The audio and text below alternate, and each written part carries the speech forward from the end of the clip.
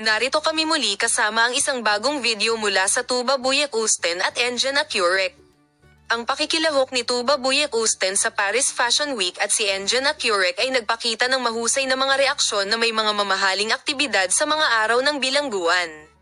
Ang mga kaibigan at tagahanga ng pamilya ni Engine Accurec ay tumawag para sa suporta para sa kanya, tagban walang reaksyon na hindi nagmamalasakit sa nangyari sa pagtatapos ng kanyang mga komento na dinala. Ang kamanghamanghang mga paratang mula sa agarang paligid ng sikat na manlalaro ay naging isang ganap na naiibang sukat. Sinabi ng isang mapagkukunan na malapit sa tagba na ang sikat na manlalaro ay nakatuon ng buo sa kanyang karera at pribadong buhay sa prosesong ito. Wala siyang pakialam sa kaso ni Tuba Engine, ang tanging bagay na mahalaga sa kanya ay ang kanyang sariling mga proyekto sa buhay at mga koneksyon sa internasyonal.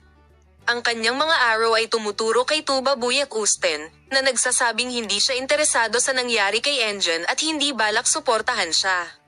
Sa kabilang banda, ang sitwasyon ni Engine Accurec sa bilangguan ay sinasabing mas mahirap araw-araw. Ayon sa kanyang agarang paligid, ang manlalaro ay nakakaramdam ng nag-iisa at nagtaksil.